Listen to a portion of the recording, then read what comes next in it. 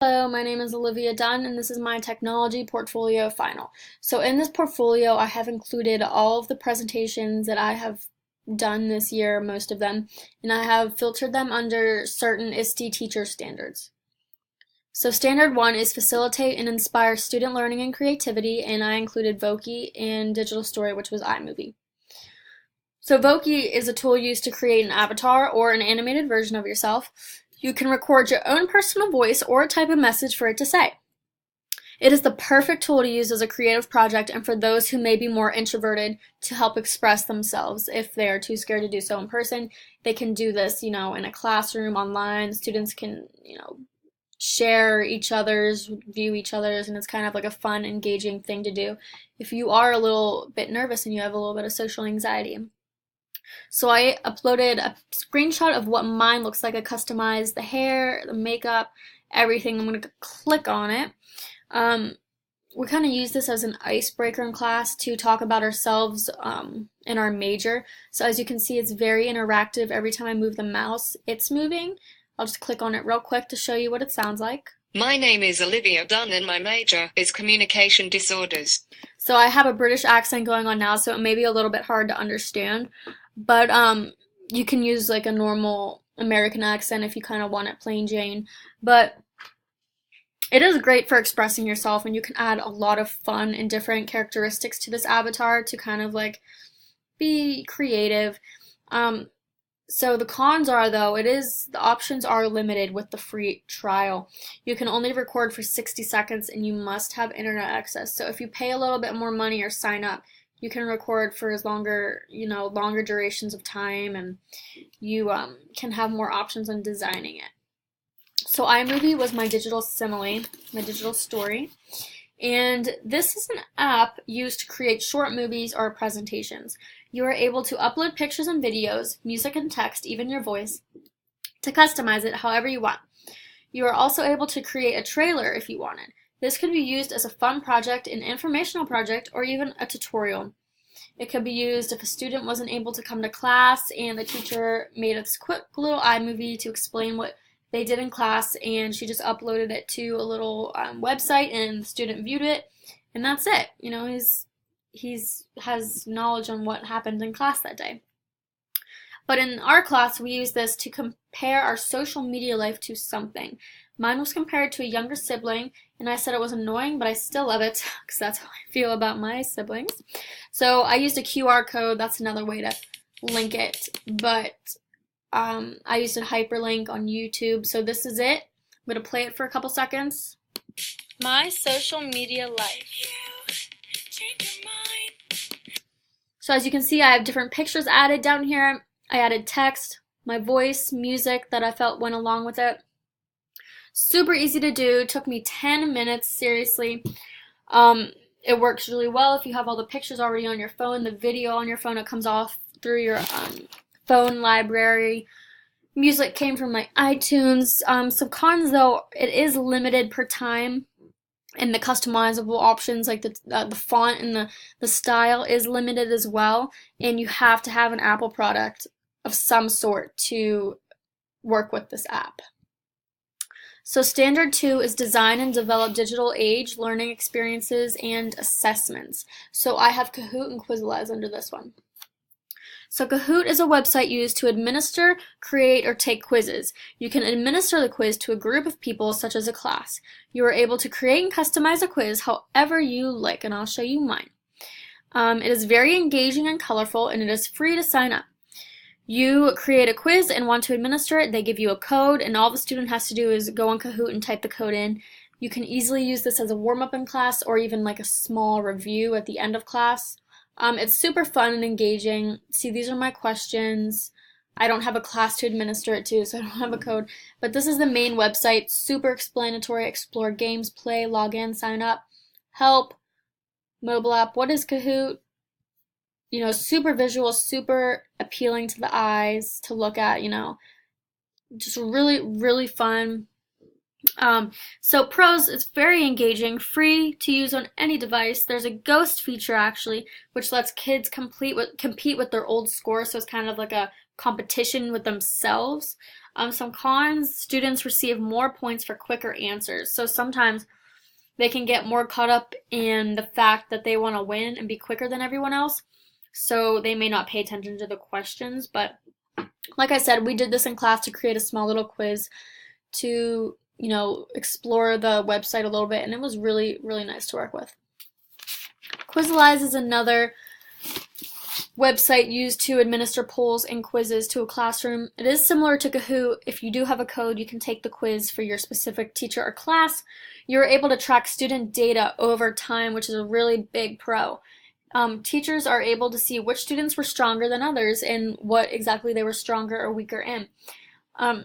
Teachers are able to see details on how the students answered the questions, such as how fast it took them, what they answered. And students are able to be put in teams or compete against each other, which could be really fun. I used this in class to create a quiz about dog breeds. I'm actually going to play the quiz for a second just to show you guys. So, your excellent quiz is ready to play. So how do I play it? Preview. We go. What is the name of this dog? I have like 30 seconds to answer. It gives me the options. Border Collie. Your answer is correct. Yay! Then I scored this, the time I spent. Next. What is the name of this dog? German Shepherd. See? Super fun. Visuals are nice. It's a great way to interact with your students. Do a nice little warm-up or review.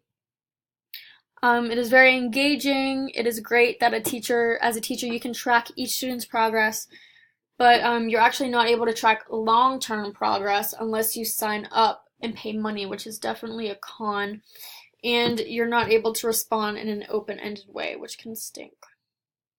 So standard 3 is model digital age work and learning. So I have Screencast-O-Matic and Powtoon.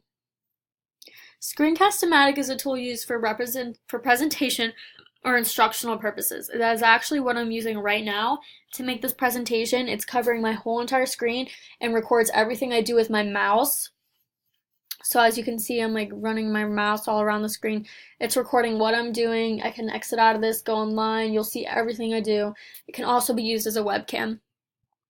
It is great for making and sharing screen recordings. You're able to create short tutorials, visual presentations, while adding your voice to narrate it, and it records what your computer screen is doing, so it is really easy to actually show and demonstrate instructions, a project, or how to find something to an audience or your class. Like, people can misinterpret an email or a Word document on what to do, but you actually going and showing them step by step what to click on is very informative and can really help a student.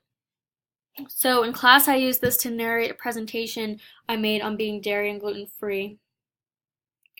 I'm gonna click on it. It's gonna play. Hi guys, my name is Olivia Dunn, and I am here to talk about being gluten and dairy free and how it's not as hard as you may think. Now, I know a lot of people probably think. Okay, so there's mine. I'm not going to show you the whole thing. It's pretty long, but see, I added pictures per slide, and the pictures kind of correlated to what I was speaking about. Super simple.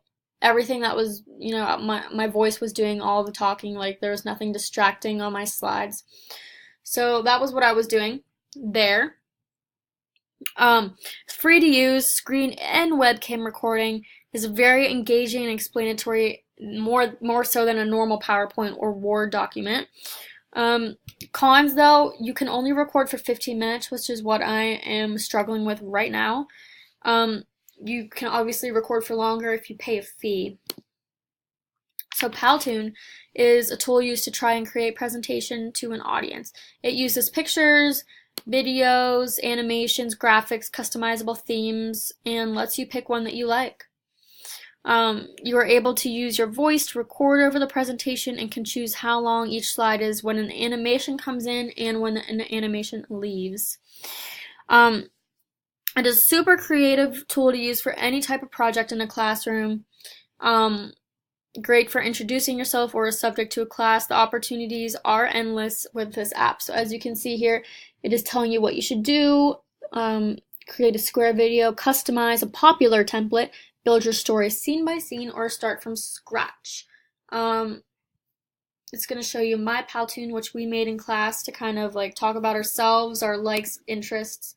I'll play mine real quick.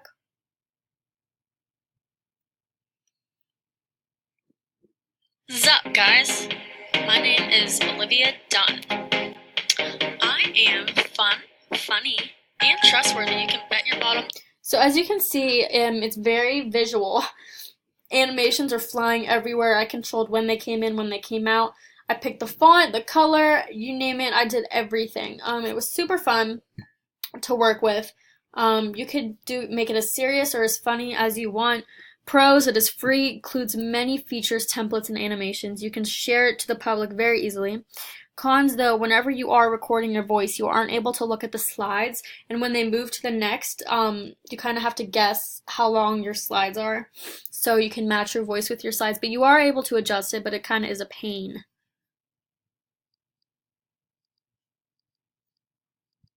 So standard 4 is to promote and model digital citizenship and responsibility, and for this I used copyright law. To be a digital citizen, that is, you're following the rules of the law, and copyright is a main thing that I know a lot of people don't abide by. So we learned all about copyright law and how important it is for us to follow it, especially when using stuff that we have found online like pictures and videos. Without knowing how to follow the rules, you can get sued or fined if you take or use someone else's photo, video, or art without properly following the copyright law. So in class, we learned how to make sure we use things that are free to use. So I'm going to show you something really quick that's super easy to do that I literally had no idea. So I'm just going to look up something like chocolate.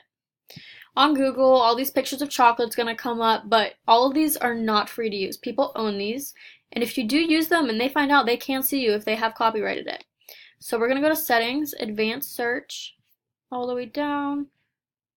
Free to use, share, modify, even commercially. Advanced Search. Now it's giving me all the pictures of chocolate that I can use without, breaking any rules. So all these are free to use. And even like this picture I got, even though this was on the public domain after I did that process, I still cited it just to be safe. So, you aren't committing a crime, so that's always a pro. It is always good to know that what you're doing is legal, especially if you never know if you're in a, important business or something and you accidentally use something that's not yours. They can get in big trouble. It is a little frustrating because sometimes, there aren't great pictures, there aren't great visuals, but you know what? You gotta follow the law. So standard 5 is engage in professional growth and leadership. So for this, I used QR code and infographic or pictochart.